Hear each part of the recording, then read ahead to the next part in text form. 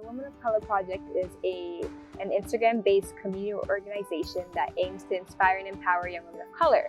And we do this by having girls take over the Instagram story and walk us through a day in their lives. And it kind of normalizes their success and makes them seem like, hey, if she's done it, so can I. And viewers definitely get the opportunity to see themselves in these girls and say that if she's achieved these levels of success, then why can't I?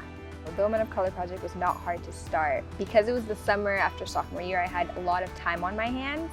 But in regards to any obstacles that I faced, some girls wouldn't reply when I DM'd them asking them to host. Some of them wouldn't answer their emails when I emailed them asking them to, be a part of the project. So that kind of would discourage me from time to time. But overall, getting the project off its feet, it was not very hard.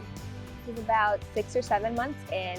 I'd established a big Instagram following on the account. I had elected my board of directors, and it was more organized during this time. And so it took a while for us to get there, but once we got there, once we got the recognition from #DigitalForGood, it felt good because we'd put all these months worth of work into it, and we'd gotten ourselves together, and we're getting more people to host as well. We'd gained a reputation, so yeah, it felt good to get there.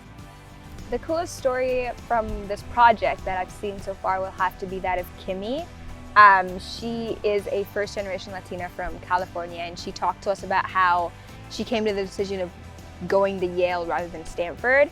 She very much emphasized how much she appreciated the fact that she took a leap and she stepped out of her comfort zone and she went to the East Coast where she didn't feel as much at home, and she also emphasized to the viewers that, hey, if there's any time that you need to be giving your all into something, let it be the college application season, because that's going to affect you for the rest of your life. And that touched me because she seems to put so much time into her story and so much time into giving advice that it touched me on a personal level as well.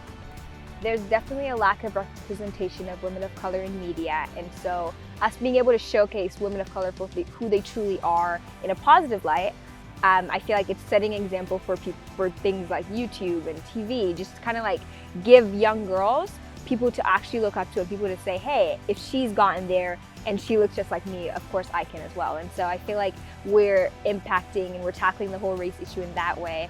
But in other words, we're also, I guess, serving the entire community, not just women of color, because we're setting an example, like I said, for how you can portray women of color in a positive light. In addition to that, I know that young girls spend a lot of their time either watching TV or on Snapchat or on Instagram, and so being able to bring something educational and positive into these spaces so that they can get empowered through Instagram is something that I feel like needs to be done, and I'm glad it is being done.